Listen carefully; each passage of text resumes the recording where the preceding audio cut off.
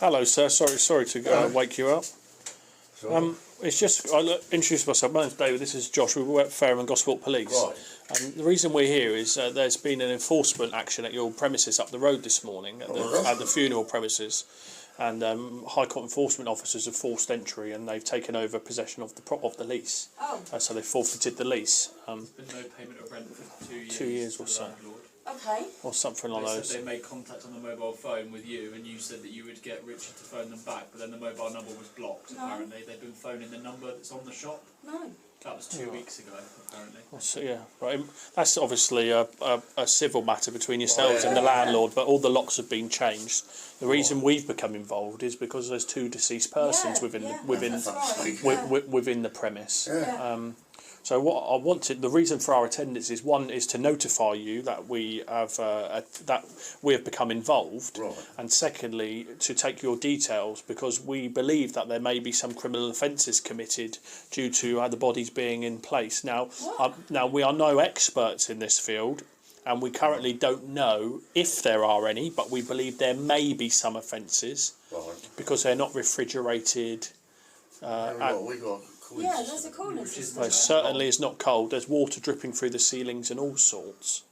Okay. So whatever that may be, I'm not interviewing you, and so I'm not asking for any comment about what may or may not have been kept. And if I'm honest with you, I don't know what standard a funeral director's has to look like. I don't know how a body should be preserved, but we have had to arrange to remove the bodies because clearly the premises has been taken over now. Right. So if I could just take both of your details, contact numbers, etc., then someone, if there are criminal offences or civil offences dealt with by the trading standards or the local authority that come to light, then obviously both of you will need to be interviewed in relation to those offences. You'll be entitled to free independent legal advice, and it will be notified to you what offence, if any, may have been committed. Now, on a Sunday afternoon, we can't find anyone who is well versed with coronial processes. But I've visited the premise, and I can tell you there is no cooling system. It's certainly not cold. It's not on. Through the roof. The floor is wet. Maybe what it is. Water's come through. Electric. Good afternoon, everybody. The families in this case have asked me to read out a statement on their behalf. The Elkin and Bell sentencing is a brutal reminder of what can happen when people we trust fail our loved ones in the most unforgivable way. We are just a small number of families. There are many more who have suffered at their hands. It should be an honour to look after our dead. Our loved ones were at their most vulnerable. The entire unregulated funeral directing industry has been allowed to police itself and potentially operate in the shadows for far too long. Due to taste and decency, the neglect and horrors we have learnt about throughout this trial go way beyond the sanitised accounts the media have felt suitable for broadcast. We are left blindsided and broken. These were not mistakes, but monstrous, hideous betrayals inflicted on the bodies of those we loved. This cannot continue. We are calling loudly and clearly for urgent, accountable regulation. If this case does not force change, what will? Until then, to the 500,000 families who will have been bereaved this year, we say, protect yourselves. Ask to see where your loved ones are being cared for.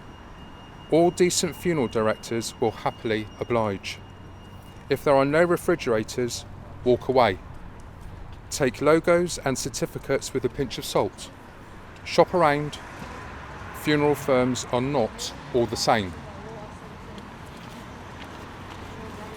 As the lead chief officer in this case, I've spoken with the families concerned, and I'm horrified by the experiences that they have had to endure in this case.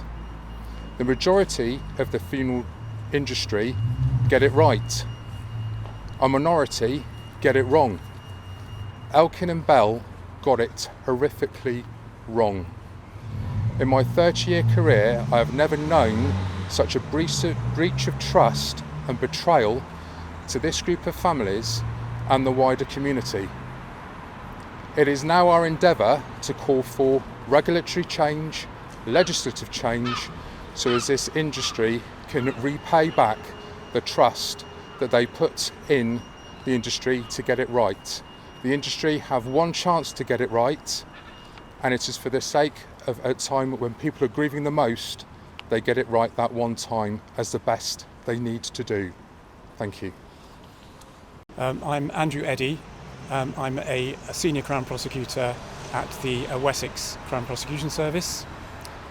First and foremost, I want to express my gratitude to the families in this case who've been affected by the actions of Richard Elkin and Hayley Bell. No family should ever have to suffer the distress that has been caused, let alone at a time of personal loss.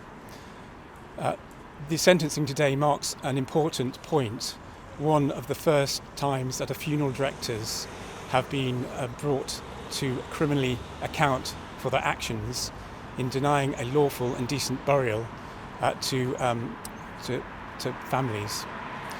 Richard Elkin and Hayley Bell breached their trust of their clients.